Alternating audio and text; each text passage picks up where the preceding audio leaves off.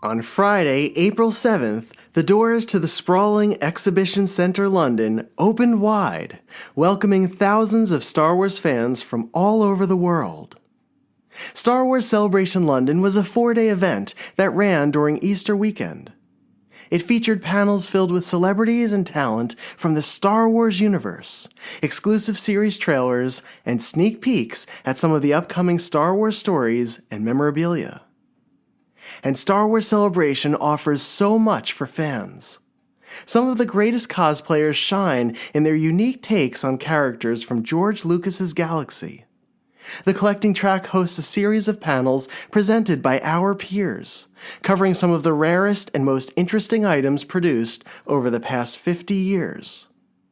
There are droid builders and swag hunters, photo ops and autograph sessions, room sales and meals with friends, and those random run-ins and magical moments that make a Star Wars Celebration weekend simply unforgettable. This is our chance to return to the convention and to experience it together.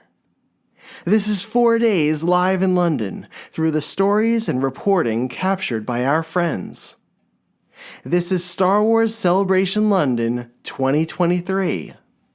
And this is, well, actually, I think I'll leave this one to our two new friends, 12-year-old Kenobi Wencl and 10-year-old Wencl, sending Star Wars love from London. Take it away, Padawans. From Coruscant to Tatooine and every planet in between, this is Star Wars Prototypes and Production.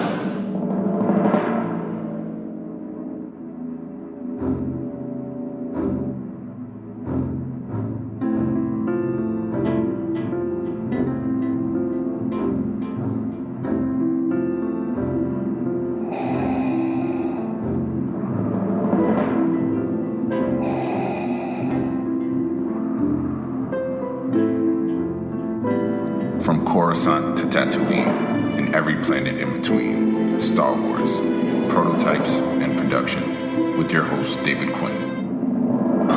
Vader. It's a trap! Yes, Master. Whoa, we're gonna have company! Have to stand and fight. The more you tighten your grip, Darren, the more star systems will slip through your fingers. I want to learn the ways of the Force and become a Jedi like my father. The Force will be with you, always. In the weeks leading up to Celebration London, I asked a few of our collector friends if they would share updates and moments live from the convention. They kindly obliged, and thanks to them and to the magic of podcasting, we'll travel with them back to the weekend to join them at Celebration. It looks like Mike Stefano has arrived, so let's check in with him on Wednesday evening, a little more than a day before Star Wars Celebration London officially begins. Hey David, it's Mike Stefano. It's the first day here for me in London. I feel like I've been up for 30 hours. But before I put my head on the pillow, just wanted to do a quick little recap of what pre-day 2 of Celebration looked like. The excitement's already here, having connected with people right out of the gate today upon getting here at the hotel. Puts you right back into that feel of what Celebration is all about. I was able to link up with Chris Logley, Chris and Courtney Wyman, and we did a little bit of touring of London, had some amazing gelato, and then came back to the hotel, checked in, met a friend, Bill Rapine, for dinner, along with Chris and Courtney, and then we walked over to the Crown Plaza to meet up with another larger group of people who were hanging out at the bar there. It was Bill Cable, Derek Ho, Darren McElwain, Ross Cuddy, Tom Stewart, Jim Gibbons, Chris Georgulius was there. And so we hung out for another couple hours, just catching up, seeing each other. So wonderful to see people from overseas to us, but either from Europe or parts of Asia that we haven't seen because they haven't been able to travel due to COVID when the last time Celebration was happening. And so it was just a really good first day that reminds you of what makes celebration so wonderful. So tomorrow we'll be up in about 5 hours. We'll take a gander over into Excel London and check out the hall, start getting set up for things. So it started, and we're getting ready to go. So this will be the first of many late nights, and I just can't wait for the rest of the weekend to go and get here. David, wish you were here, and all the others that can't make it. You will be missed, and we will try and live it up the best we can for all of you. I'll be back again at you.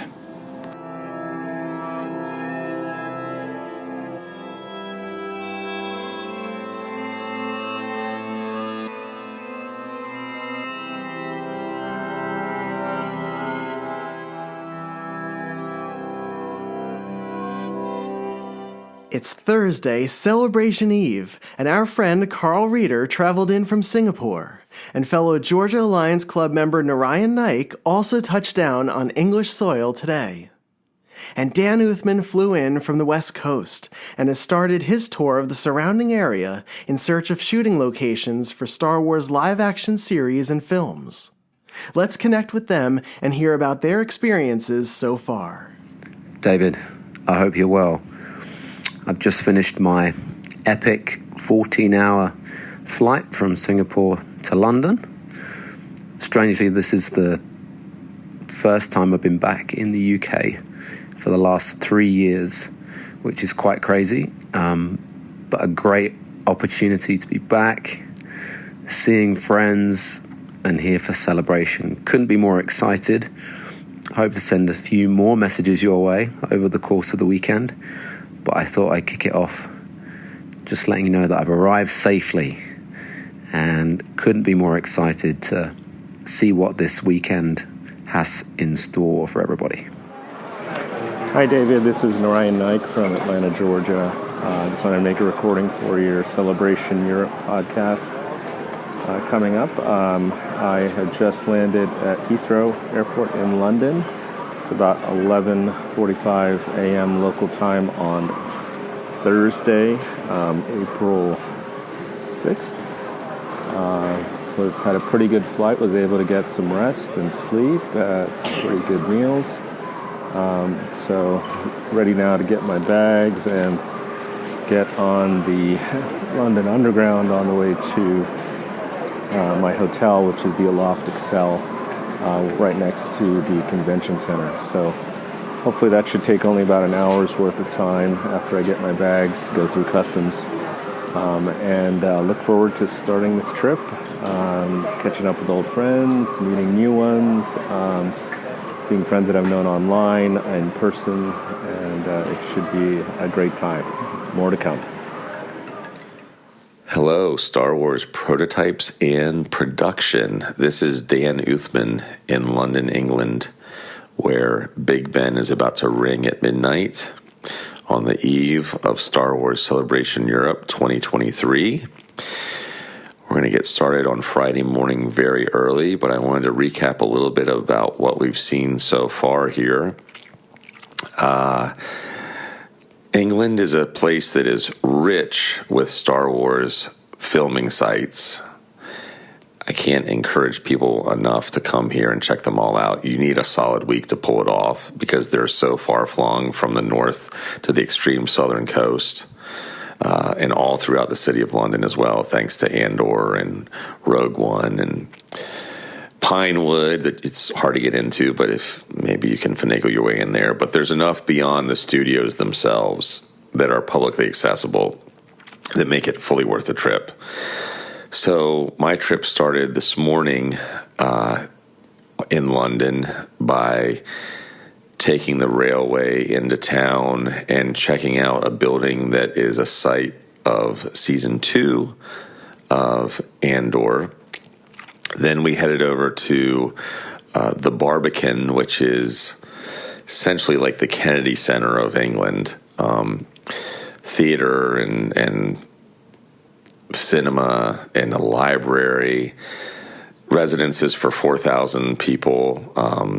It's a pretty prominent complex in central London that was built between the 1950s and finally completed in 1982, if you can believe that, but it's true. But anyway, if you watch episode 7 of Andor and a number of other episodes, you're going to see some familiar sights from the Barbican complex. And after that, there's no stopping in London without going to see the Canary Wharf, the underground, the furthest down platform in that station is where you get to see one of the quick scenes from Rogue One. I think you guys are all familiar with it. And then near there now also, just essentially through an indoor shopping mall, the Canada Place, you come to the plaza outside of the ISB from Andor. So anyway, that was how I spent the first part of my day. Second half of my day was spent over at the convention center, helping some friends set up their booth. And I have to say, I'm kind of liking what I'm seeing over there. I know the crowds are going to be heinous. I think the attendance for this Celebration Europe is going to be at least double what it was in 2016 here in London. But just from a few of the booths that I've looked at already, and I only went in the South show floor, not the North, I probably saw more interesting and more extensive vintage products, whether it was, toys or oddballs, that I saw, over 4 days in Anaheim in 2022. So anyway, very exciting for that. Tomorrow, the day is going to start early. Queuing can begin at 8, 2 hours before the doors open. And there's a big Lucasfilm showcase to kick off the whole event. There's a number of other really great panels. The collecting track is going to be fabulous this time, along with the medallions that will be handed out. So anyway, I'm going to check out now. It's time for bed. I'm going to get about 5 hours before I need to be ready to be out there and in line. So we'll see you tomorrow, and we know it's going to be a great one. Thank you.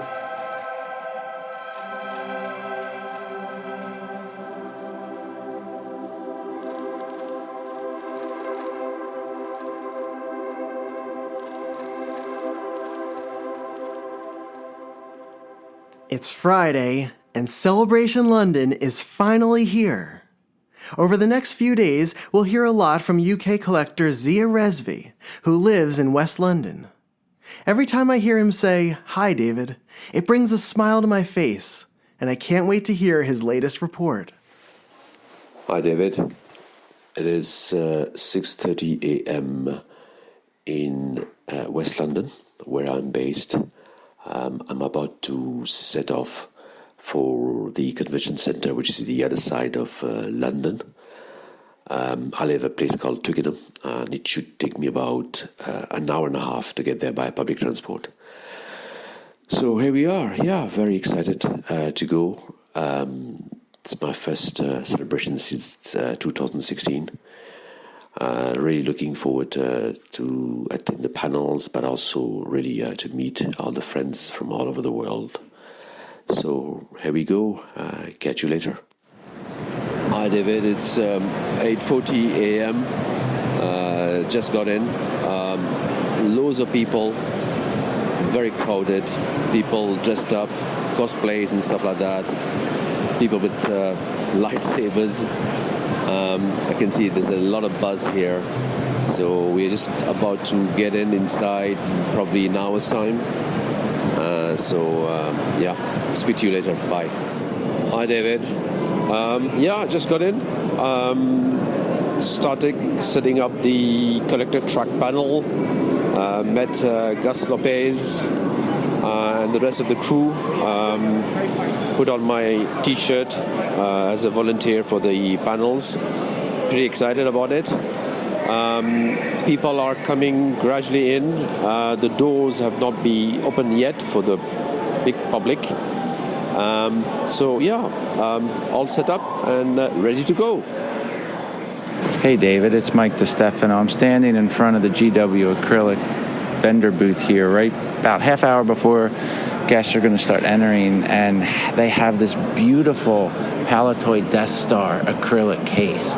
It sits on like a black dais, and it spins. It is utterly beautiful how you can turn that around and see all aspects of it. I was thinking that maybe a certain Death Star, and I had some help from my friends from Ireland last night, put this thought in my head that this would look phenomenal on top of the Death Star setup I have at my place as a perfect topper. Kind of picture like an angel or a star on a Christmas tree. In addition, they have an Ewok Village acrylic case that they're now ready to put out. They have this amazing looking box with vintage figures and all the weapons displayed around the back of it. Sort of picture the backdrop and an open box with the figures in front in acrylic, and then all the weapons encased in acrylic. I've never seen anything like this display before. I don't know if it's a custom or if it's now they're beginning to offer these individual weapons, but it's beautiful. So I walk around the rest of the booth. They have their standard cases. There's an AT-AT in a box here. It just really, really looks amazing and adds to the presentation. And that Death Star that I was describing is amazing. They have stands for figures with all the names etched into them. Really good stuff for GW acrylic and Iain's display. And I can give personal reference on just how good their products are. Hi, David. The second collector's panel is about to start. So far, so good. It's about 1:30 p.m. A lot of crowd and celebration, a lot of excitement, a lot of buzz. So went around and had a look at some of the stores and a lot of vintage stuff there. Exciting, very expensive, but not bad. But so far I'm enjoying it. Catch you later. Walking a little further this morning, I'm coming upon the Celebrity Ink autograph booth. In the top row of the stuff that they list as a Frank Oz, it has a Peter Cushing, an Alec Guinan with another Peter Cushing next to it. It just makes you stop and say, wow.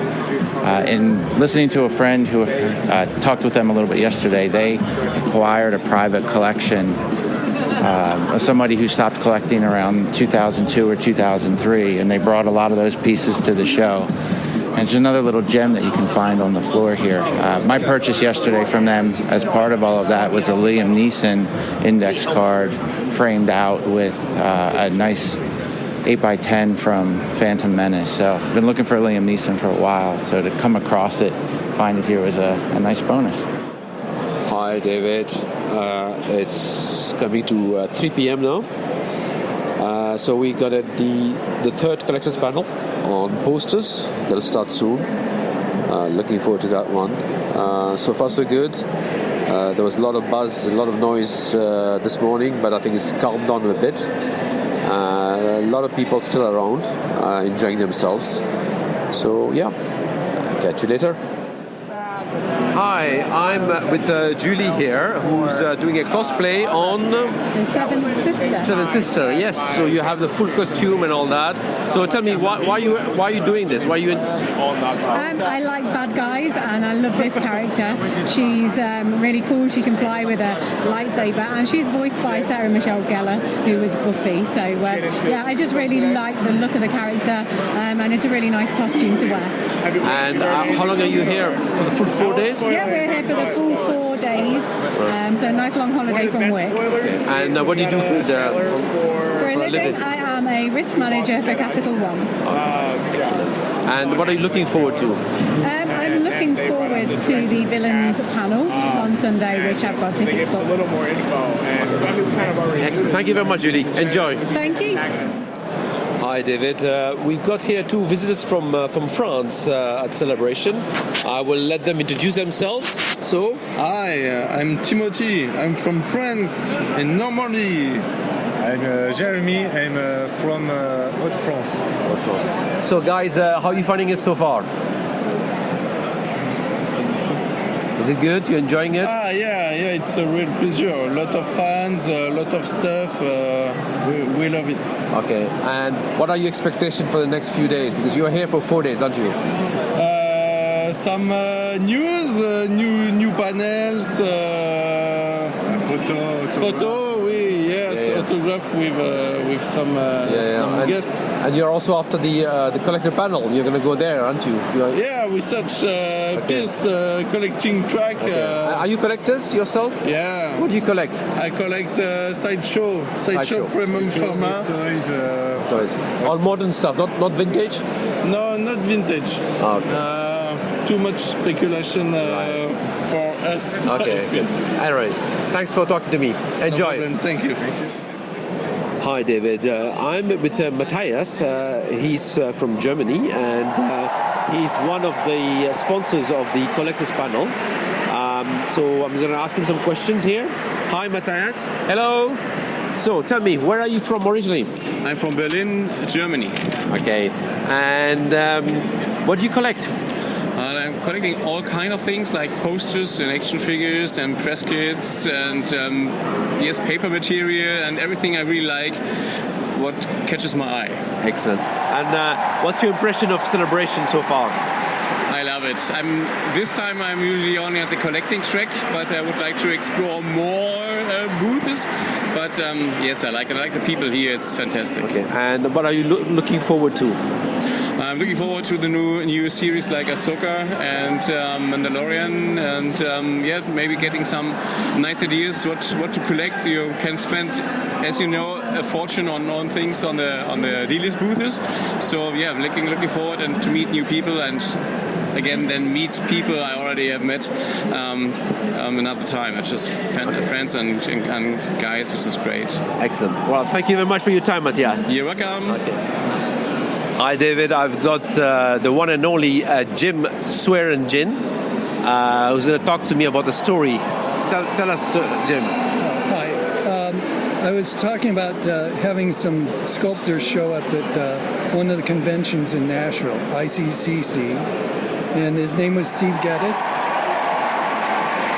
He was one of the principal sculptors on the early Star Wars stuff, and the story went that he told on stage was that he was working on the Dagobah playset. He'd been working on it for months. Part of it was he was polishing it and changing it and doing all this stuff over and over again. He got so bored that he decided to put some Easter eggs in it. So he put his daughter's name in the back of a snake that was carved into the base, and his wife's name is in there somewhere. And then he was really wanted to see if he'd get something past all the people that had to approve it. So he did a self-portrait that's hidden in the the roots of the tree where Yo's house was. So he carved this little portrait of himself, and it went through lots and lots of, everybody had to approve it and go through it and make sure, that everything was looking exactly right and it's perfect and all that stuff. And it rated all the way up to the head of the engineering and design department, and he had to sign off on it. So he turned it over to him, and he thought for sure they were going to come back and say, you got to change this, you got to get rid of that face and all that stuff. But he made it all the way into production. Fantastic. So at the show, he was telling the story on stage, and after he got off the stage, all the collectors went out and searched every Dagobah in the whole exhibit area, and brought him to sign and to show him where the Easter eggs were hidden. Fantastic. So and then he was also working on the Rancor monster. So they went out and cleared all the Rancor monsters out of the exhibitor area and brought to him. He had brought his waxer to show people how they actually started the stuff. Fantastic. And he was branding them. He was taking his hot waxer and carving his signature into the foot pads of the Rancor monster. So it was just really funny. That the collectors just went crazy about hearing all these stories. So I've been trying to find some more sculptors to come to the shows, but right now it's been very hard to talk, because most of them have gone back to doing art and and kind of living the simple life of course, creativity. But and they think it's too much like public speaking. Right. So I'm still working on them. Maybe excellent. next time. Thank you very much for your time, Jim. Much appreciated. My pleasure. May the force be with you. Hi, David. Well, this is it. Last panel, collector's panel is finished just now. A nice piece on the rocket firing Boba Fett. Really enjoyed that. So just waiting for room sales. Pretty exhausting day. First day, a lot to see, lot to do, but enjoyed it. Met some great friends and made some new friends too. Hopefully I'll give you some update on room sales soon. Bye. And let's check back in with Karl for a quick update. DQ, quick update for you. So incredibly busy here today. I cannot get over how many people there are. It has just blown my mind. Most of our day has been spent queuing for another queue. But with that said, hasn't disrupted our enthusiasm for being here. The cosplay is fantastic. There's a real buzz and atmosphere in the air. Can't wait to get stuck in for this evening and for the rest of the weekend. And Zia, how was room sales tonight? Well, David, what a day. Just finished room sales. Got kicked out within, I would say, 15 minutes. But I'm happy I managed to sell 2 of my 3 items I had brought for sale. But it was fun. Quite an experience since it was my first room sales. So actually they moved to another hotel, but I have to go home. It's quite late. It's about 9 p.m. I've got an early start again tomorrow. So anyway, enjoyed the day today. It was fantastic. I'm looking forward for the next few days at celebration. Catch you later. This is Dan Uthman again from Celebration Europe for Star Wars Prototypes and Production. I'm not speaking with a British accent yet, but I definitely feel like I'm thinking with a British accent, which is an interesting phenomenon. Probably one of those reasons is one of my Friday highlights as I wrap up the first day of celebration here was walking out of the Making of Andor panel and had my little shoulder bag on, and there was this woman outside the exits handing out swag. And I don't do a lot of swag, but I do have a great appreciation for it. So I was like, oh, there's a perfect person to trade with. It turns out that person was the woman from the Andor episode shot at Cleveleys, the beach in northwestern England, who was kind of sipping on a water bottle or whatever that was. Looked like the kind of water bottle you use like during wrestling practice when you were in high school or something. But anyway, all these people were just like walking past her onto their next thing, and she was handing out swag, and no one really recognized her because it was very small swag.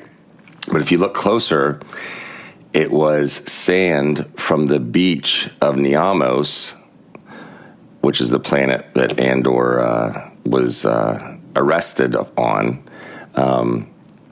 And she had it on a little card back in this little vial with like actual, the front looks kind of like a vintage card with a big Andor logo on it. And on the back, it was like a still shot of her very quick scene, obviously. No speaking part in that one. And it was interesting because that was the second person I'd met from Andor on Friday who didn't have a speaking part, where I met with Aidan Cook, who has been in a number of things, starting with The Force Awakens. He was Baba Joe in that one. He was Two Tubes in Rogue One and Andor. And the Doctor also in Andor with, I think, 4 arms, right? Am I wrong about that? You can check me on that one, David. But anyway, after that, I was at the Jazzwares booth doing some research for some fellow podcasters of yours and friends of ours. And I noticed there was this person that looked really familiar. And the person looked really familiar because I had just seen them on the Making of Andor panel 15 minutes, 20 minutes earlier. And so I walked over to this person. I said, did I just see you on a panel? And it was this guy with his wife, and his name is Luke Hull, and he's actually the production designer for the entire Andor series. So that was a nice serendipitous thing, and one of those things that does happen at Celebration at times, very wonderfully. So we talked for a good 10 minutes as well. It was mostly me flattering him all the time, but I was shameless about it. I did not care, just because I'm such a fan of the show. And his wife was sort of suggestively tugging at his arm to say, we gotta go. But I appreciate that eventually they warmed up, and we had a very nice conversation about set dressings and locations, which I had spoken about in my previous installment, and a few set dressing pieces and proppy pieces that I have, prop related pieces from this show as well. So anyway, it was great. It was one of my certainly highlights of the day, and we will see what happens on Saturday, the second day, because there might be a few more Andor conversations I may have if I'm really lucky. So stay tuned. Thank you again, and we'll keep you posted.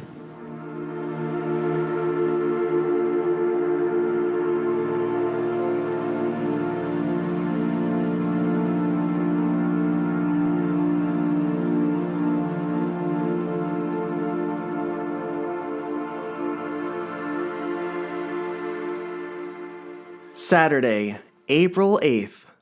Let's return to the Excel Center and see what the second day of Star Wars Celebration has in store for all of us. Hi, David. Day 2. Got in there. It's about 8:30 a.m. Very quiet. The crowd is queuing up outside, including my kids. But as I say, as an exhibitor, I can get in early, so it's great.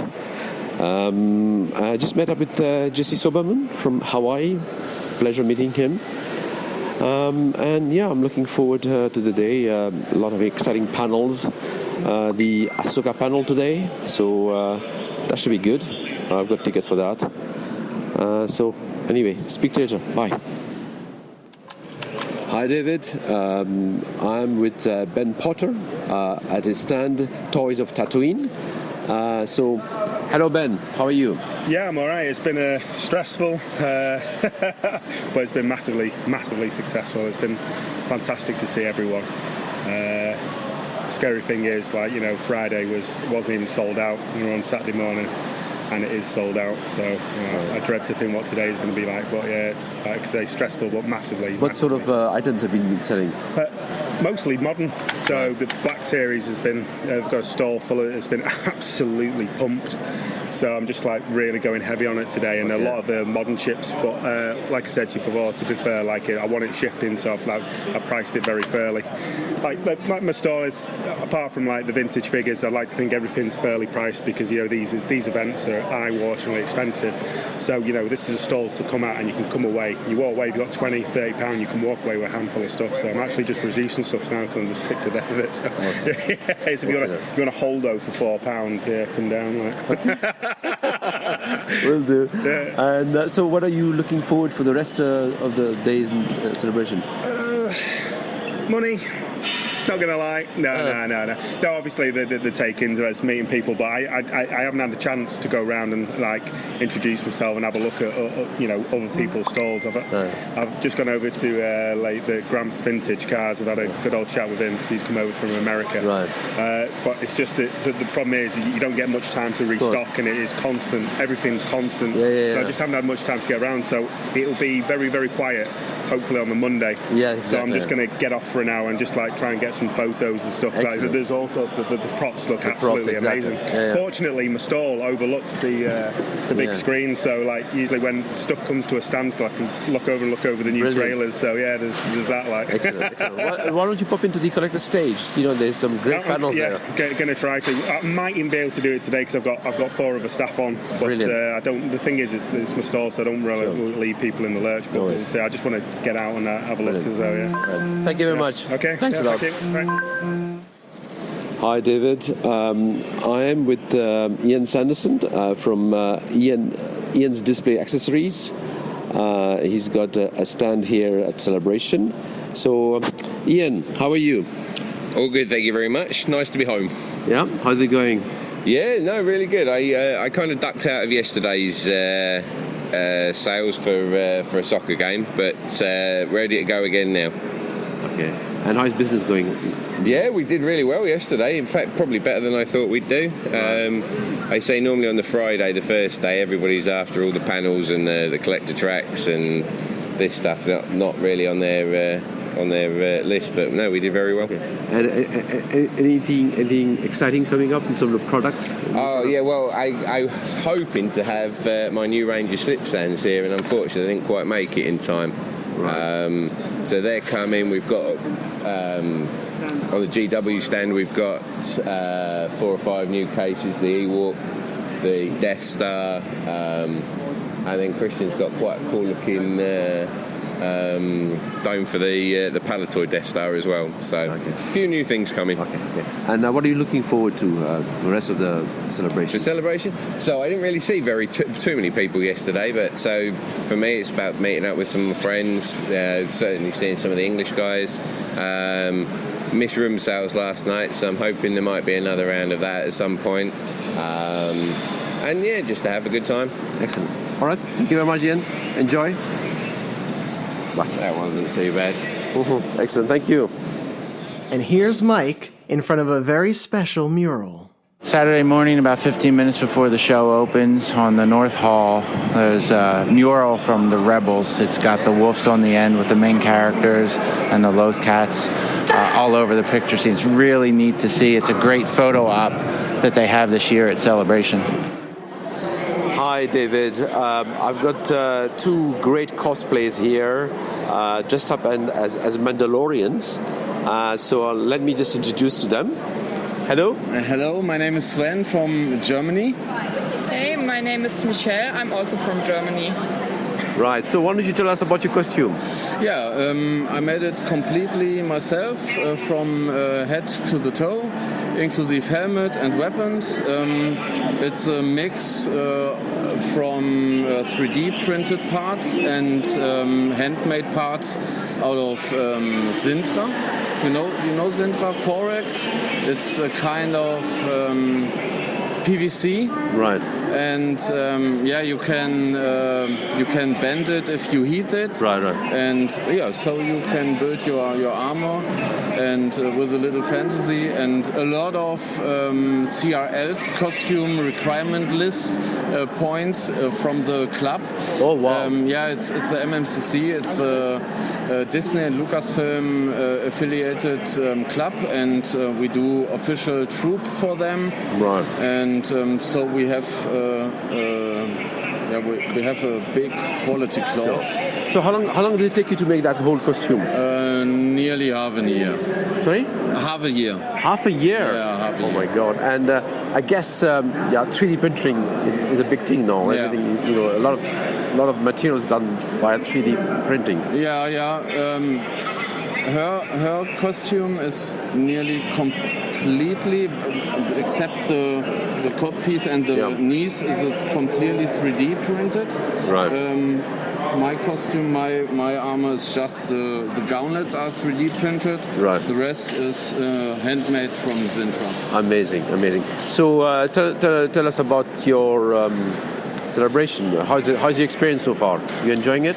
Yeah, we're enjoying it. It was quite full yesterday. Yeah. I was a bit surprised. I thought today will be the day. Yeah. But we have a booth over there, right. And so we can get a little bit back when it's too full. Okay. And have some space for us. Excellent.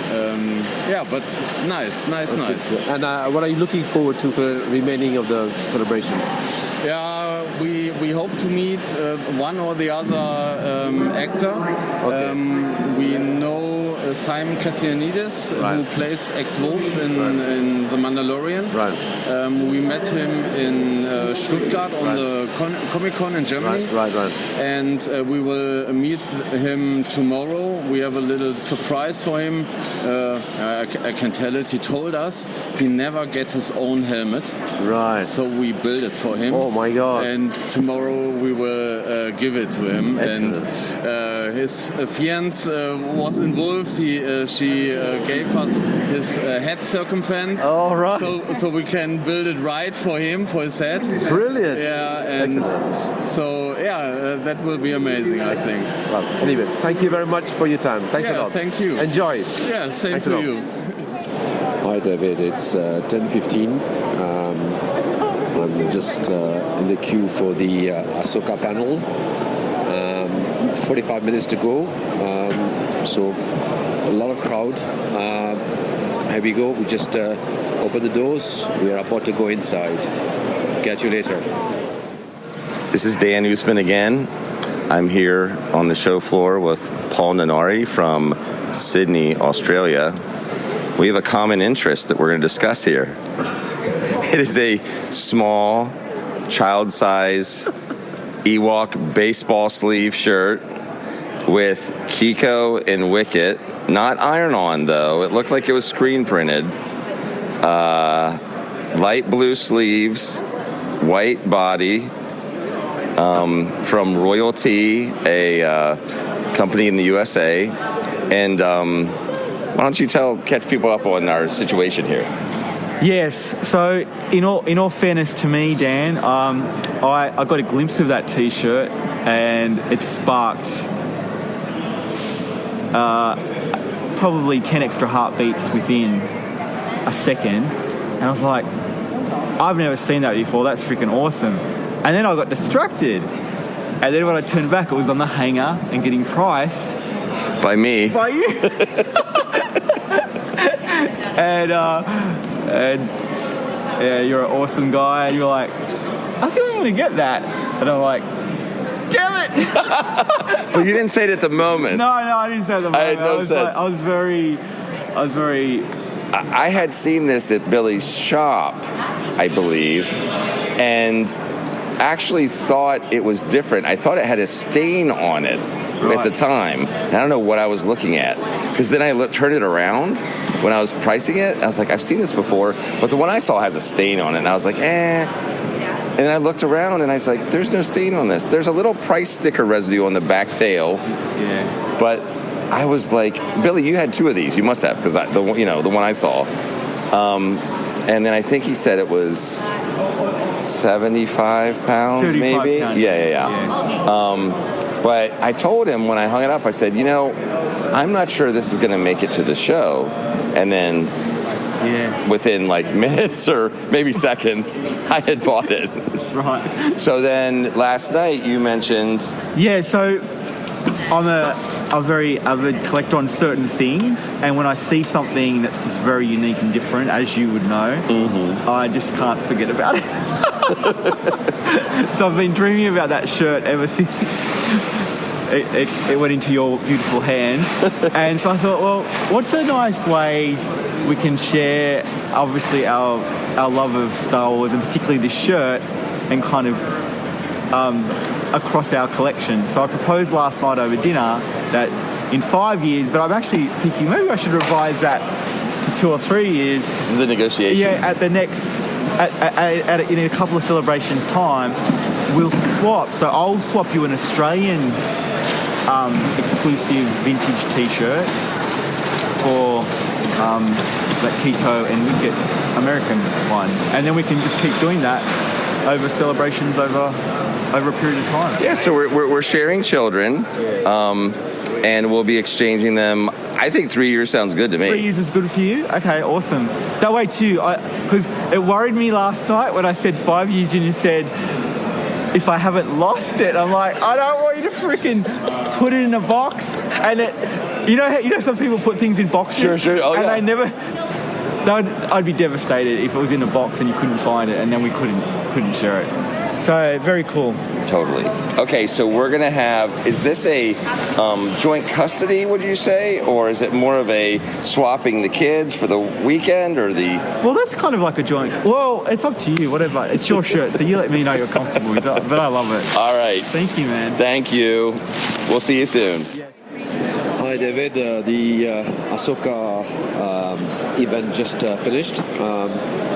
We had a taste of an updated trailer, which was already released, and we had the cast members. So it was fun to watch them all, and including the actor who plays Admiral Thrawn. So my kids got very excited. So yeah, so far so good. I'm heading back to the collectors panel. I think the Lego panel has started already, so I'm going to hang around there. Catch you later. Bye. Hi, David. Now I'm standing next to a very nice lady who has Ahsoka Tano cosplay. It's a fantastic costume, and I really had to ask her some questions. Hello. Hello. Good morning. What is your name? Christina. Where are you from? From Barcelona. Barcelona. From Spain. So tell me about your costume. How did you come up with the idea and all that? Well, I've always liked the character of Ahsoka Tano. First with the books and the comics, and then with the series of the Clone Wars. I think that they did a really good job with the character. And when the Mandalorian came out, I really liked it too, so I decided to do this costume. I have another one. I have the costume from Rebels too, but I like it very much. Now, tell me, what does Star Wars mean to you? Why do you like Star Wars? Well, Star Wars is those kind of things you grew up with. This is something I remember since I was a child. It's like something that it's always been there. It's something that it's a part of your life for understanding, and I think that it's a really, really important part. Thank you very much for your time. Thank you. Hi, David. I'm with Jean-François Rolland, who's done a fantastic book on the Kenner line called Chronique Vintage. In my opinion, a real labor of love. Fantastic book. So here's Jean-François. Hi, Jean-François. Hi. How are you today? I'm good. Very happy to be here. Yeah? So what's been happening since you've arrived at Celebration? Well, I've been to collecting track, of course. Yeah. I've been around. It was a bit hard to get through because it was so crowded, but also a lot of fun, actually, because you see people, they're all happy to be here all around the world, so I'm so pleased to be there. Okay, good. And what's your expectation of Celebration for while you are here? To meet friends, basically, and people who bought my book who I never saw before. Okay. And I really wanted to talk with them. That was my main idea. All right. Thank you very much, Jean-François. Bye. Hi, David. I'm with the one and only Duncan Jenkins. Hi, Duncan. Izzy, how are you today? I'm very well. I'm enjoying Celebration. How about yourself? Same here. Yeah? So tell me what's been happening. Well, we've been doing busy here at the collecting stage. I've had a lot of great panels so far, and just been enjoying that. And then I got to go out and walk the floor a little bit and see what was out and about. Okay. And what's your plan, or what do you hope to take out of the Celebration this time? Oh boy, the best thing about it is just hanging out with people. Of course, everybody, just says that. It's just fun to see so many people, and a lot of people that I haven't seen in a long time over here in Europe that, from other conventions. So it's good to catch up with some people and meet some new people as well. Excellent. All right, great. Thank you very much, Duncan. My pleasure. Thanks. Hi, David. I'm here with Javier Florencio, who's a vintage Spanish collector. So hi Javier, how are you doing? Hello, I'm doing very well. Nice to see you. Yeah. See ya. It's been great to meet you here. And how's your celebration so far? Well, it's really unbelievable. It was the first time for me when I arrived yesterday, and I saw how big was this thing. I was really, for me, it was difficult to digest the first 1 hour. I don't know. It was really surprising, and yeah, I mean, seeing all this and meeting all these people that you want to meet at least once in life, in person and put a face. I think it's fantastic to have this chance. And I believe you have a panel tonight, this evening. Yep. What is it about? It's going to be, I call it Collecting Beyond Juguetes, which means toys in Spanish, and probably should be called Collecting Beyond POC and PvP, and essentially it's about collecting anything in Spain, anything produced in Spain on the vintage years beyond the very popular PvP and POC toys that everybody, especially the variant collectors, knows. Okay. And what's the best thing about the celebration? Well, I think definitively for me, what I was seeking here is really to have the chance to meet people in person, to put faces to the people that I've been chatting with, dealing with on Messenger in Facebook. So to me, that's the highlight of the thing. That's why we actually met through messages and all that. That's what we thought. Yeah, we spoke several times. Exactly. It's fantastic. Well, thank you very much, and all the best for your talk this evening. Thank you very much. Thanks. Yeah, thank you. Hi, David. Well, day 2 finished. I'm calling it early today. It's 4:30. Pretty exhausted. But yeah, very exciting day. Really enjoyed it. Looking forward for tomorrow. Hopefully it'll be quieter. Anyway, catch you later. Hello, this is Dan Uthman again, reporting from the end of day 2 of Star Wars Celebration. Late Saturday night. I still have my voice, but I'm certainly testing its limits. The day began and ended with Andor in very different ways. It began with an autograph with Denise Goff, who you know as Dead Romero from Andor Season 1. And she told me a funny story because I asked her to sign with her line, "Get on with it," from episode 7, where she's sort of dressing down a somewhat bumbling, unprepared junior Imperial officer. And I thought that was a really good way that captured her character in like 4 words. But anyway, she actually told me that the original line was not "get on with it," but "have at it." And she thought that sounded way too American. And I kind of agree, and I think we would all say that as well. So she changed it, ad-libbed it to "get on with it." And now I have that in my collection forever. Anyway, she was great. I went from her over to Kino Loy, Andy Serkis, also super gracious about the swag I gave them. But anyway, it was another full, well-stocked day. I could talk about the Hasbro panel. I could talk about the Jedi panel, which wasn't the best, but I'm sure someone else will fill everyone in on that in time. But the day ended at Celebration and at night with a visit with an experience that I think we can all identify with.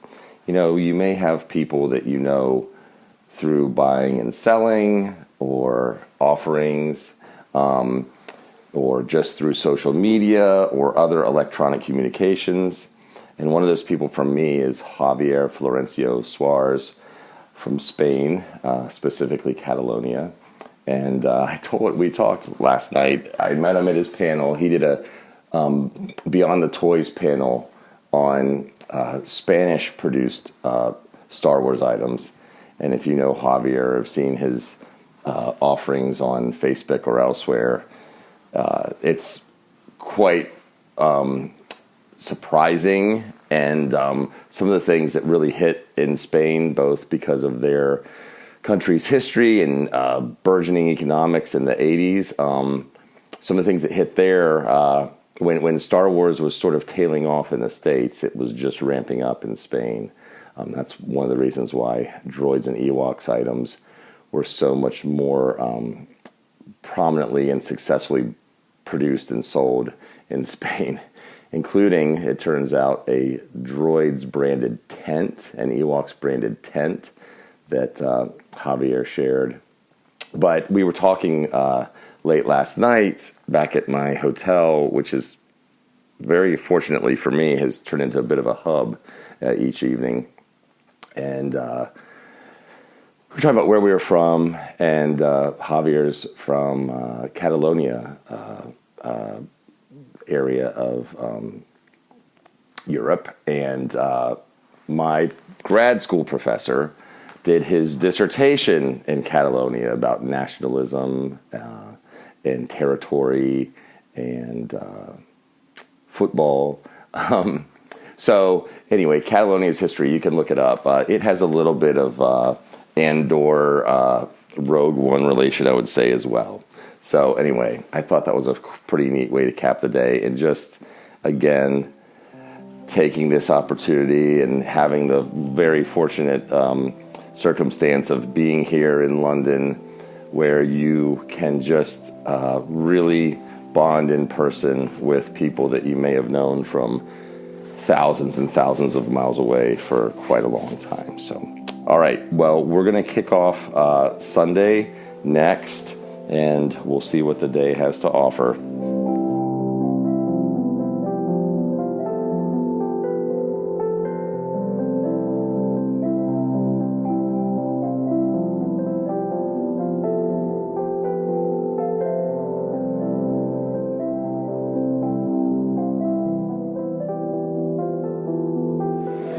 Hi David, this is day 3 of celebration. I'm at the Hague stand with Kelly. Hi Kelly. Hey guys, how's it going? Hey David, how you doing? So Kelly, how's it been so far? Oh, this show has been absolutely just overwhelmingly packed with people. We've had exclusive buttons every day. We run out earlier than we expected. The crowd is just loving everything we have on display. We have a Rocket Fire and Boba Fett on display. Other things that were dropped off we have on display as well. Yeah, it's been one of the best shows we've had in some time. Yeah. Excellent. Yeah. And what are you looking for the next last day or whatever is left? We're looking for anyone locally we've never met. I mean, I've never met you, yeah. So this is really, really great to meet people that we haven't, that have been clients of ours or friends of mine or people I've spoken to be able to see them in person, talk to them about their collections, get more consignments, obviously, potential buyers, bidders, consigners, or just more friends in the hobby. Excellent. Overseas. Tell us about the next auction then. Next major auction that we're planning is going to be July 2023. Like I said, we already have some great pieces for that auction, some great Boba Fett's, some other great 12-inch Star Wars store displays, box ships, a lot of great AFA graded pieces that we have consigned. Some at this show, some were brought with us and we have on display here, but we're planning for a massive Star Wars section in that auction. Excellent. Yeah. Excellent. Thank you very much, Kelly. Right. Have a nice day. Bye. You too. Thanks.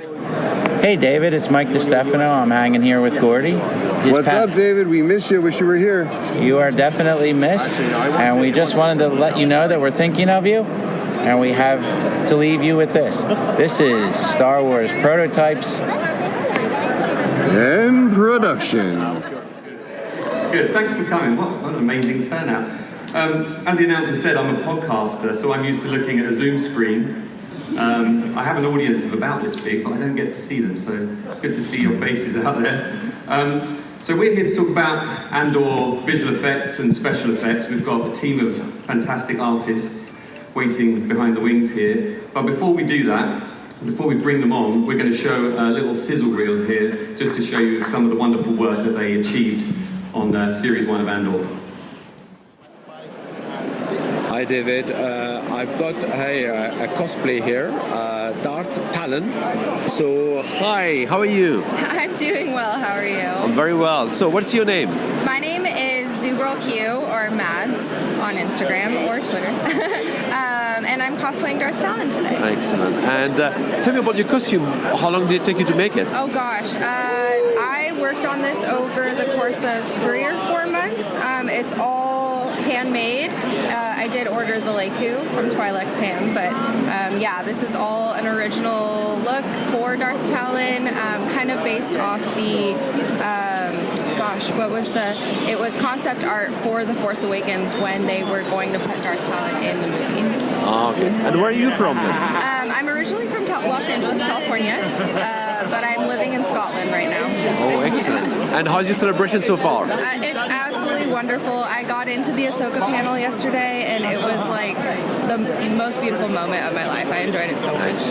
Great. And what else are you looking forward to? Oh gosh, you know what? I am a huge cosplayer. Like, I just love cosplaying, so I'm looking forward to the rest of the day and meeting everybody and taking more photos. And then I'm cosplaying Dark Rey tomorrow, which I'm also really excellent, excited. brilliant. Anyway, enjoy the rest of the celebration. Thank you. Bye-bye. Bye. Thank you very much. Let's check in again with Karl Reeder. David, I hope you're well. The signal on the show floor is terrible, so I've not been able to do anything live, so I apologize there. We've just finished the collecting track hosted by Bill and Derek on all things droids and Ewoks. It was fantastic. We've been really enjoying all of the detail and all the info they had to share on that, and we're just on rinse and repeat for all of the various collecting track events that are being hosted throughout the day. Hi, David. I'm with my friend Matt Hood, who is also a big Vader collector, and he's here with his son for celebration.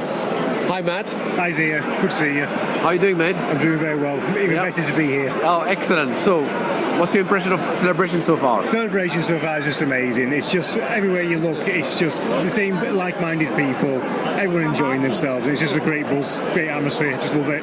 Yeah. Are you looking to buy anything? No, unfortunately not. It's just, as much as I'd love to buy something, I save myself for those occasions. Okay. I'm a bit more targeted than that. Okay, great. Anyway, enjoy the rest of the day. Thank you. And now, let's grab a quick drink and join Sunday night's Late Night Collectors Hangout. Dave Quinn, Wencl, audio recording, so right. We are currently recording. So is this the portion sponsored by alcohol? What's not sponsored by alcohol? So you were in the middle of telling how you didn't know what Anthony Daniels would show up. So Anthony Daniels was our first guest in the autograph send-in section, and he starts telling a story, and his wife goes, "Anthony, it's soon 9:30. All the fans are going to start to arrive." So she's basically like, "Chop, chop, get back to signing." And he's like, "Well, all right." And he gets back to signing. I'm like, interesting. Who wears the pants? And he goes and signs, and she leaves. I don't have my card. And then with the story he was telling, which I will not tell publicly. Right, yeah. He goes back to telling the story, which has a hilarious punchline. I appreciate it, man. Which we would not have heard had his wife continued to be in the room. There's a real funny moment where you get to see Anthony as someone who isn't C-3PO, just the human side of him.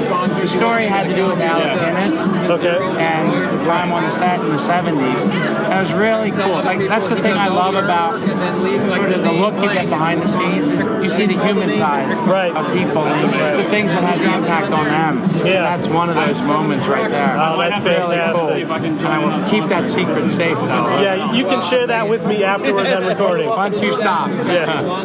Hey, David. Well, day 3 over. Great day. It was exciting. It was interesting. Sold a couple of items that I wanted to get rid of.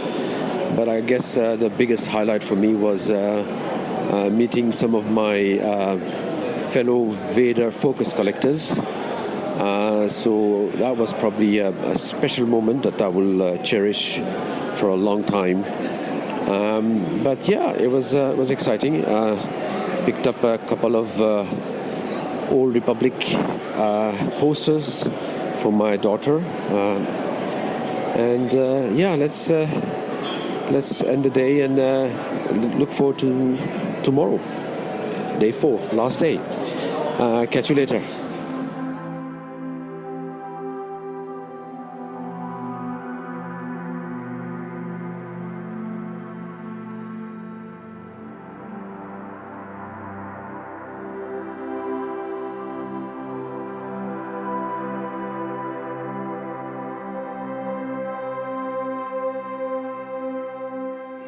Hi, David.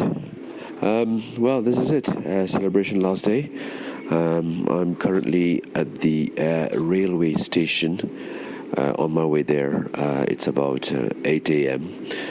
But rainy day today in London. It should take me about just over an hour to get at the venue. A couple more interviews to do. I'm looking forward to these and then meet more friends. And anyway, I'll catch you later. Hey, David, it's Jonathan McElwain from Stafford, Virginia, near Washington, D.C., checking in with you from Star Wars Celebration Europe 2023. Sorry I haven't checked in earlier, but it's been a busy show for me working on the collecting track.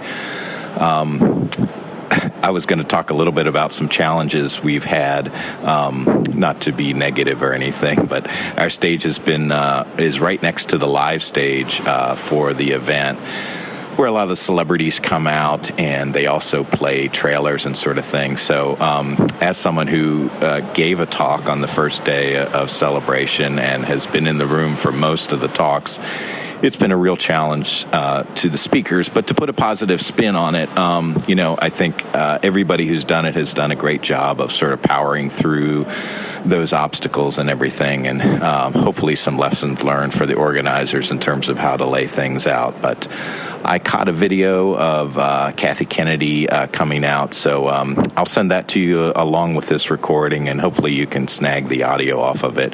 But if you listen to it, it's sort of overpoweringly loud, but if you listen very carefully, you'll hear the part of the Lego panel in the background. It's just a short clip. So anyways, hope all is well. Talk to you soon.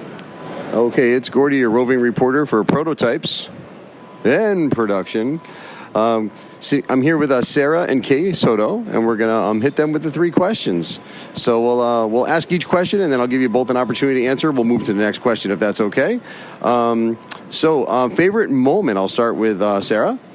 I think just seeing all of my friends that I don't get to see very often, that I sometimes only just see at Celebration from all over the world, and just hanging out at Celebration and afterwards. It's just great to get together with everyone and have a good time.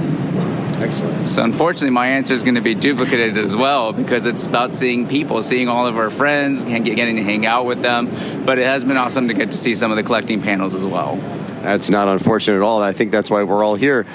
So the next one, what was your favorite pickup of this year's celebration? One that I wasn't expecting. The Wicked Brick had some limited edition helmet stands that were very nice, so we picked up a couple of those, and I think that was my favorite thing that we got this con. And for me, I had to prearrange this, but I had gotten the Rogue One from Indonesia, the coin set from Indonesia that they had exclusive for Rogue One. It's I think 30 some coins, so that was an awesome pickup. Excellent. Those are both really cool. The last and final question, favorite swag item of this year's celebration. It has been a little bit tougher here to trade swag, I'm experiencing, but let's see what you guys got. Got some really wonderful London Underground inspired things, patches, pins, stickers. So that's been my favorite, just all of the London Underground inspired items. And for me, at least for us, there were some tea mashup with Star Wars, some patches that they had. So those are really cool, just because London and tea, they go together. Excellent. Thanks for taking the time, guys. And if you see the lady with the tea set, send her my way. I've been trying to track her down all week. Hi, David. I'm with Gus Lopez, and we are just chatting about the collectors panel that he's organized. Hey, everybody. How's it going? Hi, Gus. How's it going? Great. No, it's been awesome. We're getting winding down at the end of Celebration last day, beginning of the last day. Okay. And how has that been?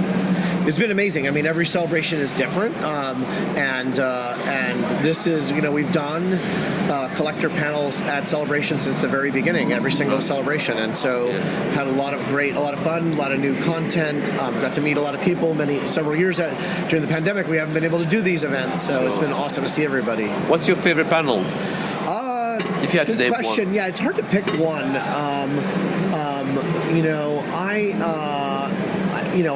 I enjoyed the one yesterday on oddities was really good.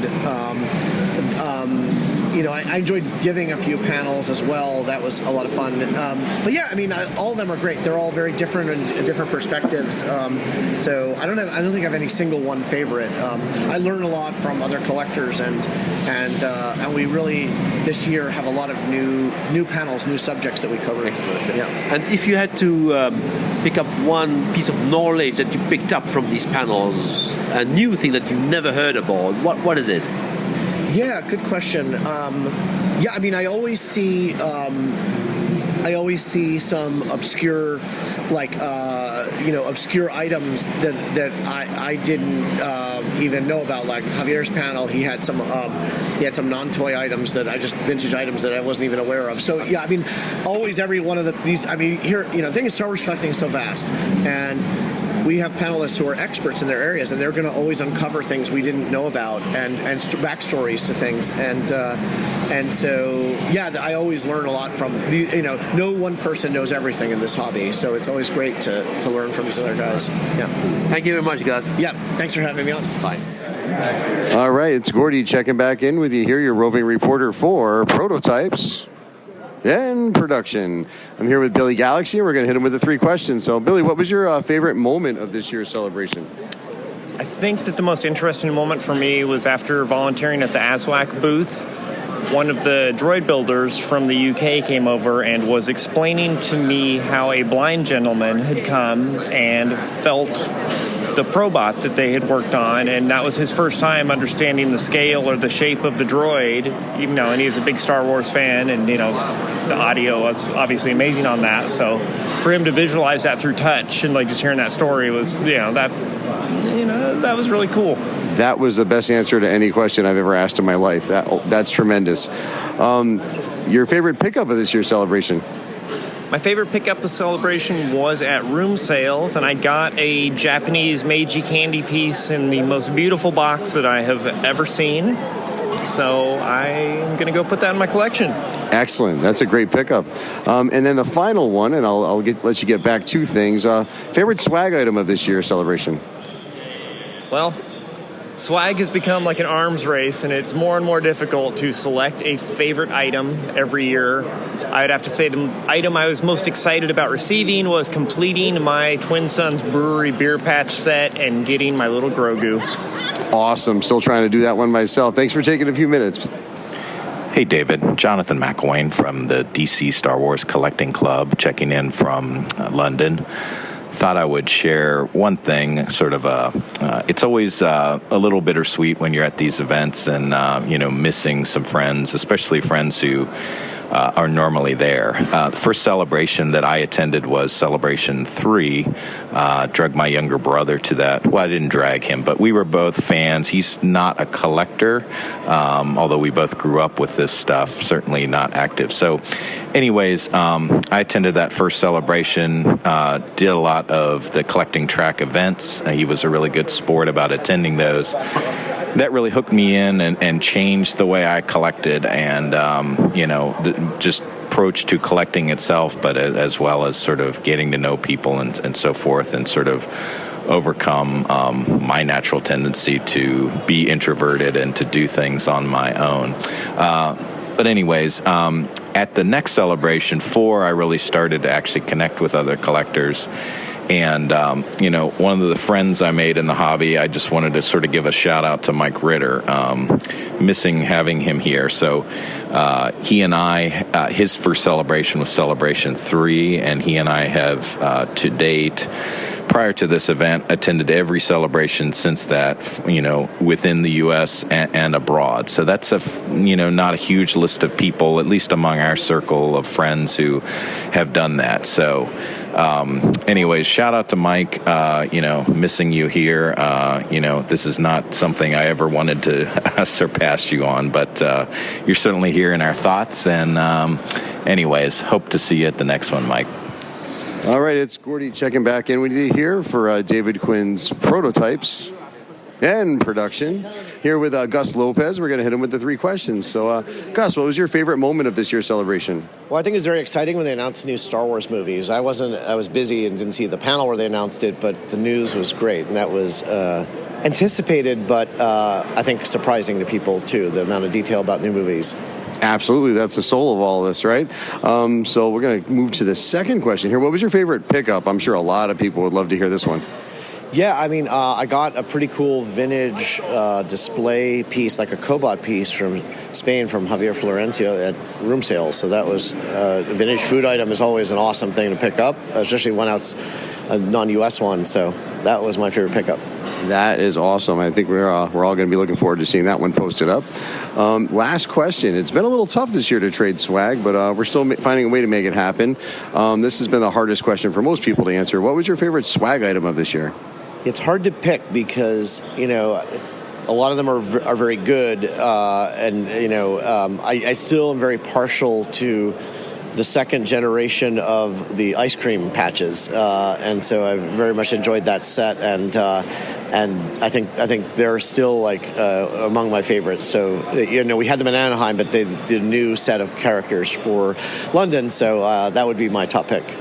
Excellent. Thank you for taking a few minutes, Gus. I'll let you get back to things. Hi, David. I'm at the collectors panel here, and I've got Thorsten Greth, who's going to be a speaker today at one of the panels. Hi, Thorsten. How are you? Hey, I'm fine. So, what's your panel about? It's about the German collectibles of the late 70s and early 80s. And how's your celebration so far? Very good. It's always nice to catch up with friends you only see at celebrations from all over the world. So I think this is the thing that makes me most fun of it, and it's so rewarding. Okay, great. Did you buy anything?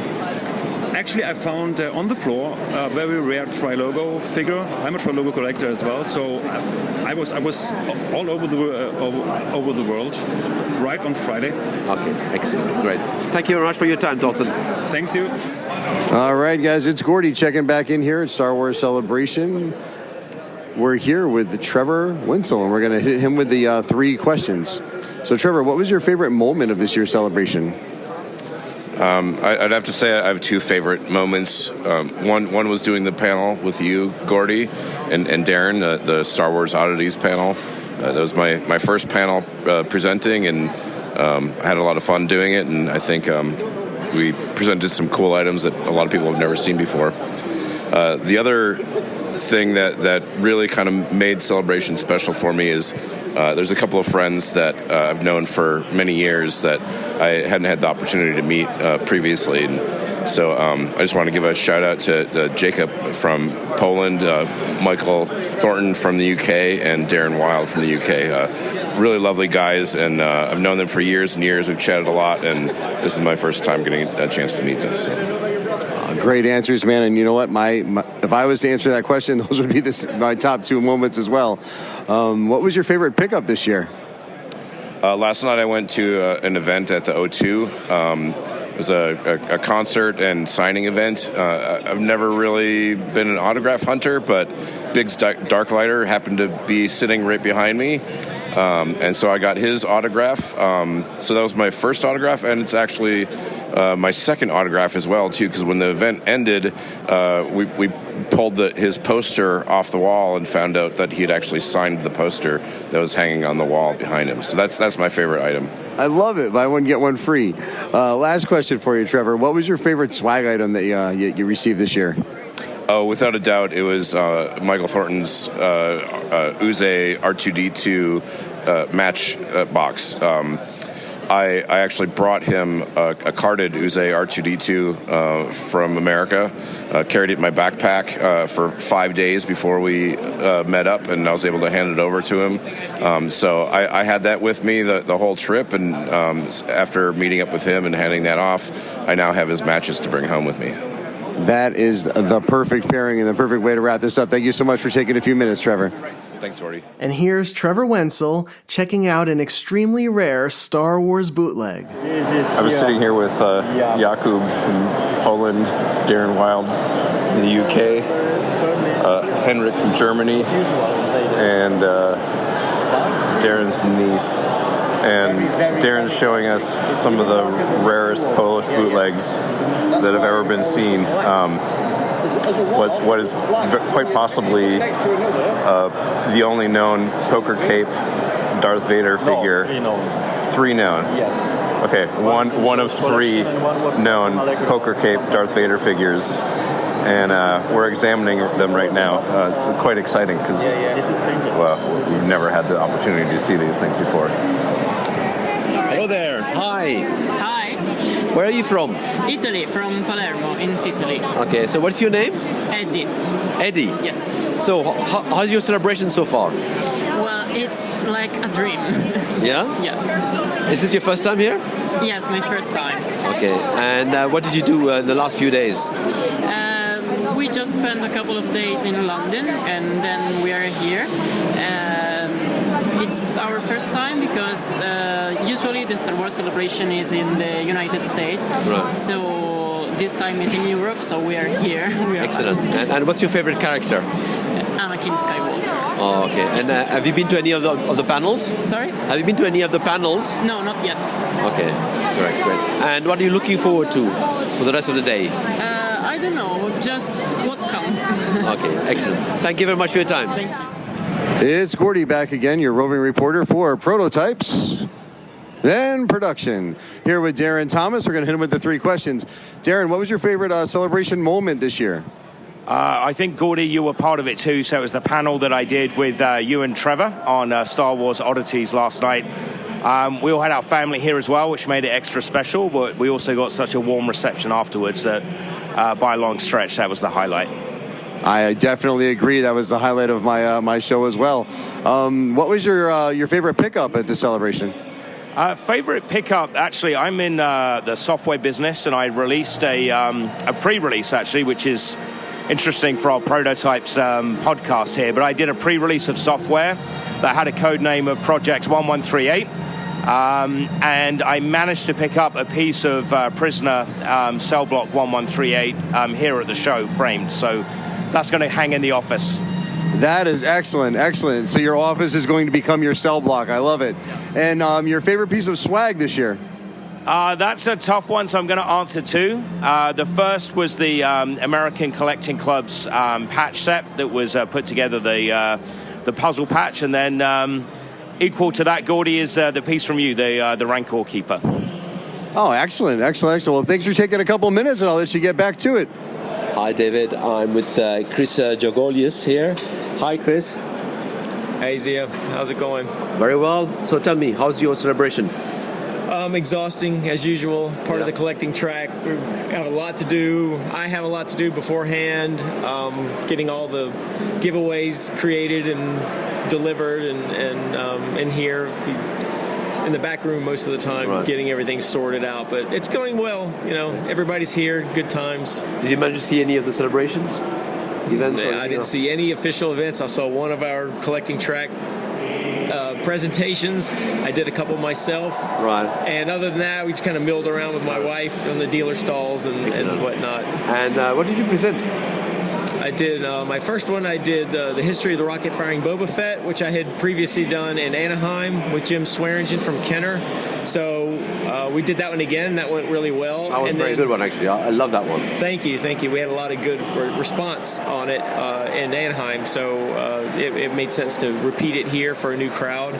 And I also did one it's called Tunisian Pickers. I did that with Gus Lopez. It was about a collecting trip we did back in 1999 about getting stuff from Tunisia. Scavenging the desert. Yeah. So that went really well. I had a lot of good response to that one too. Excellent. Great. Thank you very much for your time. Thank you. Hey, it's Gordy, a roving reporter here for David Quinn's podcast, Prototypes and Production.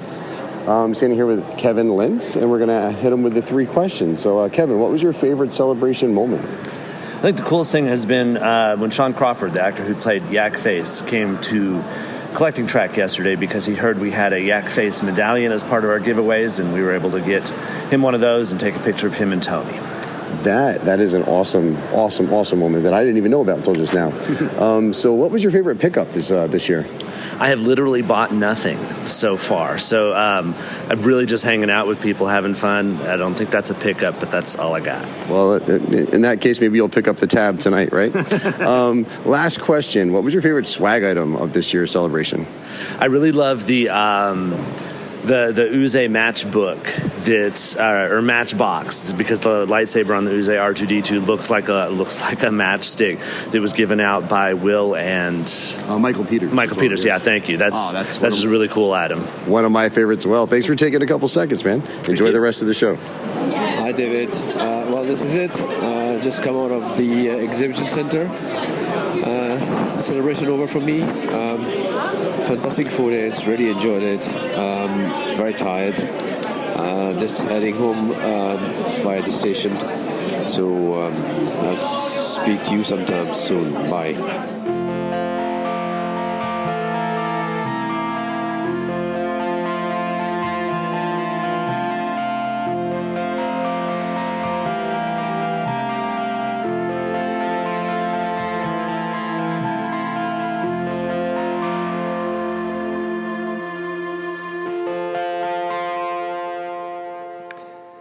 Hello, this is Dan Uthman again.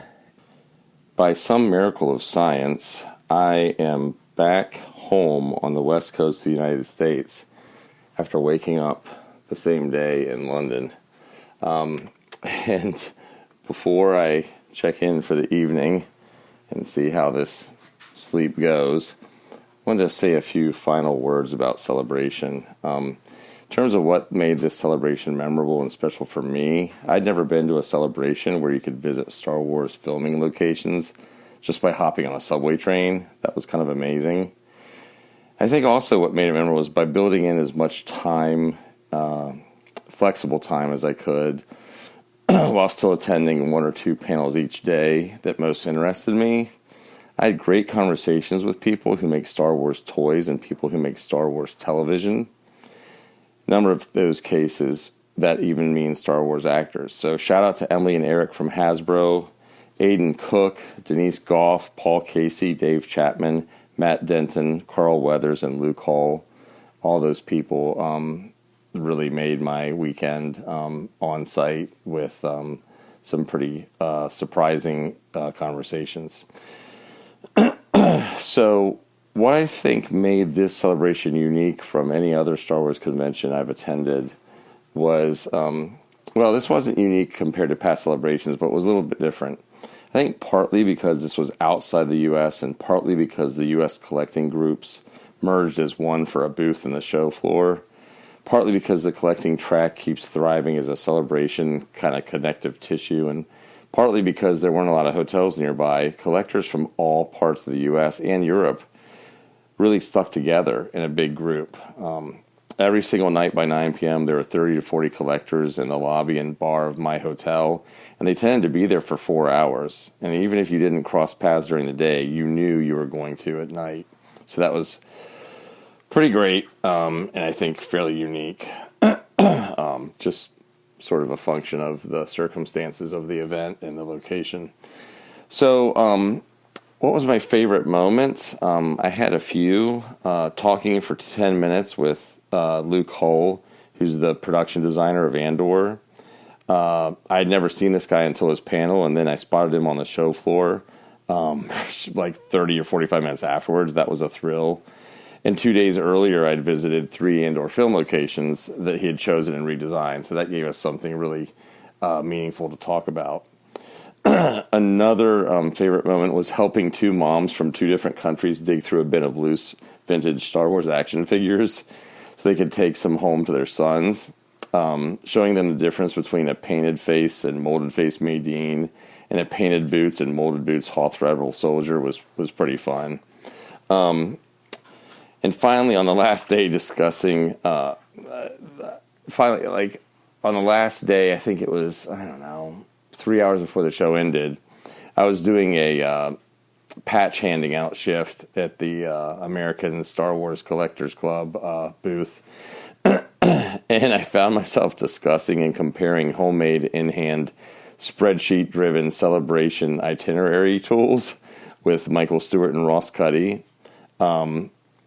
That might sound weird, and it is a little weird, but there's something about it that is quintessential celebration on multiple levels. I love the amount of information I can get on a 2-sided laminated color-coded card like you see on football sidelines, but Michael's is notable for its thoroughness and Ross's fits on a single phone screen, works on or offline, has embedded links to more resources, and has a rank order of priorities. So that was really impressive. And I guess the last thing, advice for someone who's going to their celebration for the first time. This was a challenging event to navigate. One reason was they sold 225% more tickets this time than they did in 2016 in London. And they were in the same venue. And they used, if you looked at these empty halls that were on the western end of the building or western half of the building, it was like, I would say 40 to 50% of the building was just being unused. And frankly, it wasn't a great look. These were, as I used this word with another collector, it led to a very dystopian environment at times, depending where you were in the building. But anyway, if you're going to go to Celebration for the first time, here's my advice. Go more than one day, ideally for all of it, every day, whether it's 3 days, 4 days, whatever. Go more than one day, but certainly you need to go at least two. There's like a getting bearings aspect of this event, which is unfortunate considering what people pay. I think the communication pre-event could be a lot better. It really is up to the convention goer to do their homework. It's not really laid out for you. But that getting your bearings really eats into your time, no matter how much you have prepared. So having, 20% of your first day tied up in morning queues and getting your bearings is not a great experience. The other thing I would say is talk to strangers. I did a ton of that this celebration, and I tend to be kind of a wordy guy anyway, but you'll inevitably be in a queue with at least once a day, possibly 2 times or more. So talk to the folks who are staying with you. They don't bite even if they're cosplaying Dark Ray or something, or Rancor or whatever. And you have multiple things in common with them from the start. So talk to strangers. You will make new friends, possibly lifelong ones. It happens. I think it happened to me this weekend. So, and then finally, again, I sort of was alluding to this with the kind of legwork it takes to get ready for Celebration and get your bearings. But Celebration, it really is what you make it. You need to think about it a lot as it approaches. You should join the largest Facebook groups for Celebration and stay up on the event website, since you can't really count on the most pertinent information to be served up to you, even though it should be. And think about your priorities and wishes in advance without getting your hopes too high, and I think you'll maximize your experience. So I feel like I did at Celebration 2023. I can't really promise that I'm going to make it to Japan. It comes at a pretty busy time of the school year for my kids.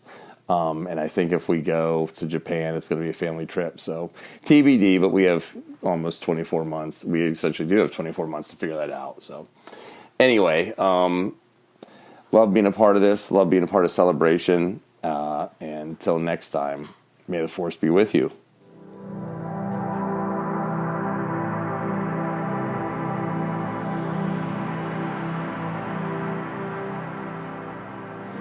Hey David, it's Mike Stefano. Celebration number 11 is in the books, and my first international celebration. This celebration had a very different feel, with the opportunity to work with official picks to assist with the send-in items and pre-order autographs. There were so many micro moments in this celebration that filled up the cup little by little over the weekend. Many of those moments were from our interactions with the autograph signers and after hours, as I had very little time on the floor each day. I'd like to share a few here, and then the way I closed out the show. I'll start with the pre-show. We arrived early on Thursday for setup, but the autograph hall was still being constructed, so we had quite a bit of time to sit in the back of the arena, catching up, and I was there with Chris Wyman and Chris Logley. Once the room was set up, we set about feverishly unboxing the many items that were transported to London by the official pick staff. We were not sure if we would have anyone want to sign early before the show started, so we worked on prepping just in case. During all of that, Mark Cox, who rounded out our quartet, arrived, and having never met him, we quickly became friends. Mark was the team motivator, comedic relief, and general all-around good guy to be around. We closed out Thursday night with a dinner, reconnecting with other friends that had arrived in town. On Friday morning, that was quite a different story as we hit the ground running with the signings. We also quickly learned that we were immediately behind the live stage and found out just how loud the fans could be. Could not always hear who the guest was or what they were saying, but the louder the cheer, the more popular the guests were. It's worth noting that there's an amazing Mandalorian Armorer's Forge set as the main interview area of the live stage. It was brilliantly done. Our first signer on Friday was Anthony Daniels. He was in a wonderful mood and is a professional at these signings. He arrived with his wife with him, and as he was signing, he answered our questions and shared some stories from being on set. During one of the stories, his wife reminded him that he needs to keep signing as the guests were going to start to arrive in the next half hour, and he should be out there to greet them. So he stopped telling the story midway through and went back to signing. A few moments later, after his wife left our area, he quickly resumed telling the story again about Sir Alec Guinness involving David Prowse. That was quite funny.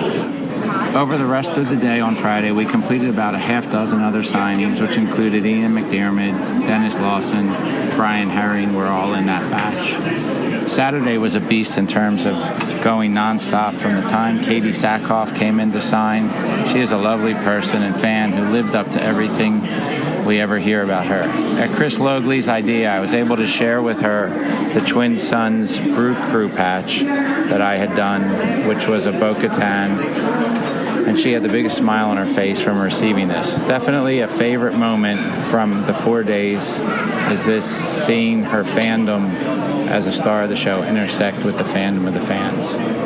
From there, we didn't have a break until 4 o'clock that day with non-stop signings that included D. Bradley Baker, more on him a little later, Tim Rose, Andy Serkis, that one was pretty cool. Gwendolyn Christie was one of the ones that was a big fanboy moment for me, being a huge fan of her role in Game of Thrones. At the end of the day, we got word Ewan McGregor would be our first guest in the morning, so we prepped for him so we were ready to go. Sunday was a really fun initial signing with Ewing. We had him for an hour signing all the great images from the movies he was in, also including Kenobi. During all of this, I noticed on his left forearm he had a scarf tattoo. As we were chatting after the signing was done, I asked him what the inspiration was for it. He said it's quite a long story, and as he was getting ready to go to his next event, as his handlers were ushering him along, he then came over and shared the entire story with me, which seemed like a good 5 minutes. It was a very personal story to him that has deep meaning and was wonderful to hear just exactly what the inspiration was. In short, it was his daughter and how the tattoo became part of healing a tricky time in their relationship. This moment is why I am so appreciative to have the opportunity that I did this trip. Seeing the genuine human being that Ewan is in the moment and the vulnerability of that story was a true highlight. Having 3 daughters of my own, it resonated on that level. He connected with his 2 daughters over that tattoo. Other signings that day included Robert Watts, who I hadn't seen since Celebration 5 or 6 in Orlando, so good to reconnect with him. Matt Lantor, where we had a detour of a conversation surrounding his time on TV show 90210. Sean Crawford, who is another actor, a genuine fan of Star Wars and loves interacting with the fan. Had a lovely conversation with Sean for about 30 minutes as we traded some yak face swag and shared stories about the best parts of Star Wars from each of our perspectives. The day ended with Gus Fring, Moff Gideon. Of course, I'm referring to Giancarlo Esposito to round out our signings. Somewhere in between super excited to meet him and so afraid he would disappoint in the actual interaction. Happy to say there was no disappointment. He was a professional, courteous, and even chatted Breaking Bad with us for a bit. What was fun from our time with Giancarlo is at the end we took photos with him where we took multiple photos. He changed his expression from the serious bad guy actor he excels at playing to the last photo where he had a huge, genuine smile on his face. The funny thing I later heard about him is that he is crazy positive to his fans in line and even had them doing calisthenics at one point. On Sunday, I darted up to the restroom midday where we had access without going out of the hall. So a lot easier to just go up the back stairs. It's near the press room and one of the areas that many celebrities used. In that hallway, I would cross paths with a number of them. I would say hello or good morning as they walked by, and we would do the same. On this trip upstairs, I followed D. Bradley Baker, with both of us making a beeline to the bathroom. As we turned the corner, there was Eunice, the guy who plays Chewbacca, in there as well. So we're all in line going to the bathroom. As I washed my hands, Dee came over, and I decided just this one time I'm going to not listen to that voice in my head that says, don't ask him a question as you're in the bathroom, because that would be weird, and just went for it. I asked him, of all the characters that he does the voices for, how does he keep them all straight? We had a wonderful chat surrounding that and which characters were his favorite and the difficulties in doing certain voices. But he credited the writers for writing such good dialogue that made it easier for him to do. He did mention about Wrecker being the hardest one to do because of the strain it puts on his voice. But as we were walking down a little bit more, he gave me a couple lines in the Wrecker voice, which was great to hear. It kind of made that really cool moment that you can get at a celebration. And just another little micro moment that really added to what was a great 3 days at that point. On Monday, we had to wrap up all the signers, which had some big ones in there. We started with Hayden Christensen and then jumped into Rosario Dawson, which were the two biggest of the day. We were able to complete both of them in the morning, as Hayden had the most stuff of anybody we had signed over the 4 days. I've had the chance to meet him at multiple celebrations and still marvel at the soft-spoken nature he has and the lack of Dave Prowse's physical presence, and yet Hayden still pulled off Darth Vader so well. Rosario was dressed to the nines and was lighthearted and had some fun seeing the Ahsoka photos she was signing, especially when she came in with the ones with Grogu on them.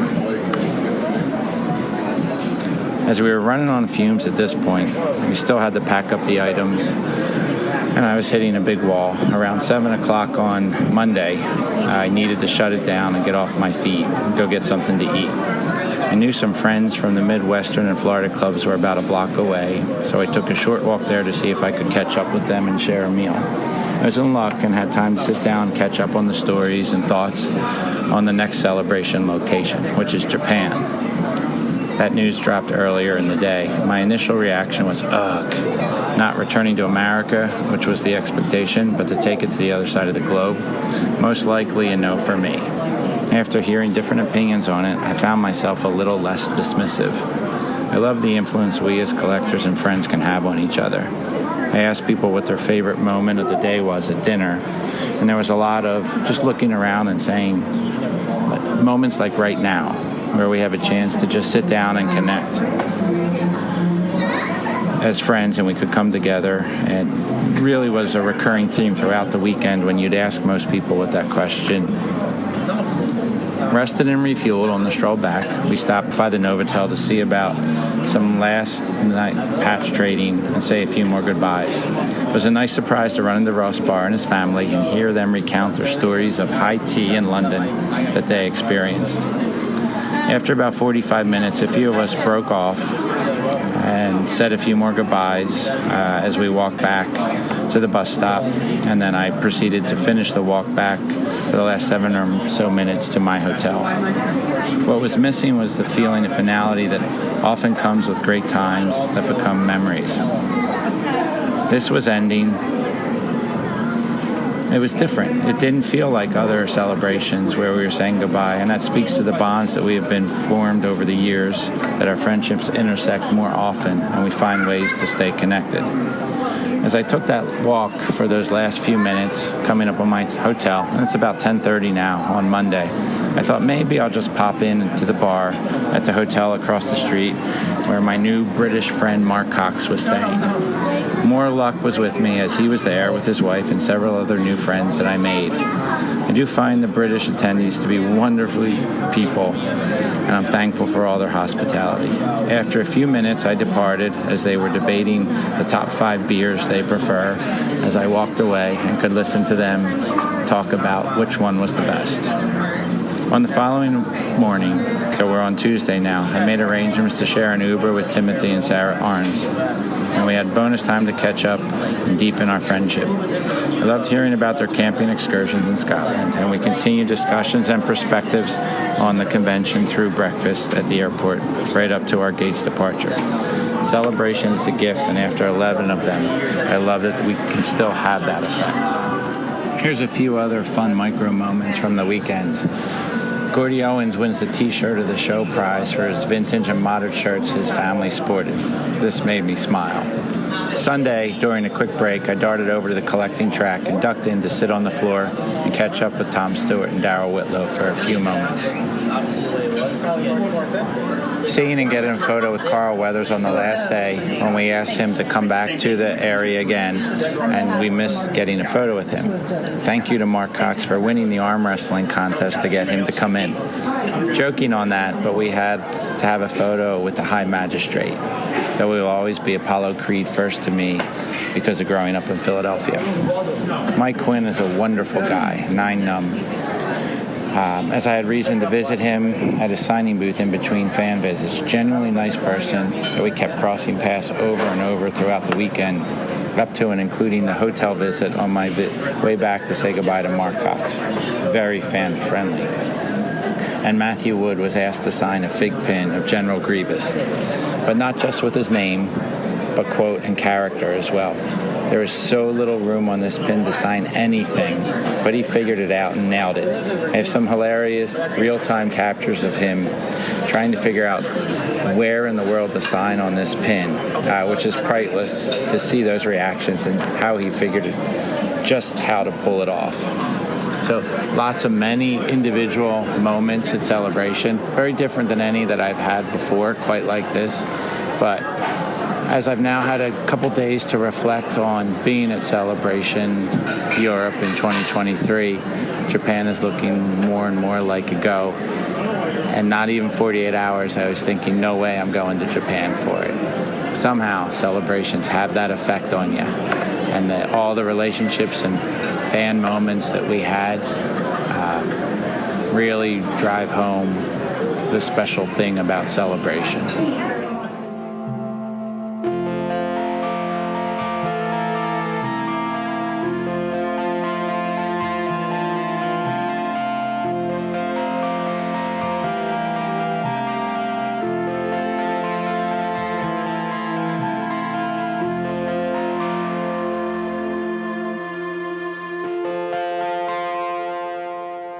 So that was a trip through the weekend of the 2023 Star Wars Celebration London Convention. This episode simply wouldn't have happened if not for the kindness of our friends. They took time out from their trip to record their thoughts throughout Celebration. And they stopped to record conversations with our fellow collectors, cosplayers, panel hosts, attendees, and Star Wars fans. My sincerest thanks to Bill Cable, Mike DeStefano, Jonathan McElwain, Narayan Naik, Gordy Owen, Karl Reeder, Zia Rezvi, Dan Uthman, and Trevor Wencl. I hope this episode serves to be a nice audio scrapbook for you of a truly memorable event. And I'd like to thank our friends who joined them for quick recorded chats. Kenobi Wencl, Uma Wencl, Seventh Sister Julie, Timothy and Jeremy from France, Matthias from Germany, Jim Swearingen, Ben Potter, Iain Sanderson, Mandalorian cosplayer Slan and Michelle, Paul Nunnari, Ahsoka cosplayer Christina, Jean-François Rolland, Duncan Jenkins, Javier Florencio, Kelly McClain, ZooGirlQ, Matt Hood, Sara and Sato, Gus Lopez, Billy Galaxy, Thorsten Greth, Eddie from Italy, Darren Thomas, Chris Dragulius, and Kevin Lentz. Thank you for being a part of this episode. The end of Celebration is bittersweet. It means once again saying goodbye to those we've met through our shared love of Star Wars and of collecting. It's a farewell to the place to which we've traveled and called home for the past few days. And it's a parting with those who share our passion for the world George Lucas created almost 50 years ago. Those who continue to play in that galactic sandbox, and those for whom Star Wars is more than a simple story on screen. But Celebration always ends with hope. It looks to the future, to the next time we'll all come together for a multi-day convention and to celebrate the franchise in countless ways, all fun, creative, educational, and exciting. And with the announcement of the next celebration, we await for the adventure 2025 will bring in Japan. That's right, Star Wars Celebration Japan in 2025. But until then, we have many more adventures ahead of us on Star Wars, Prototypes, and Production.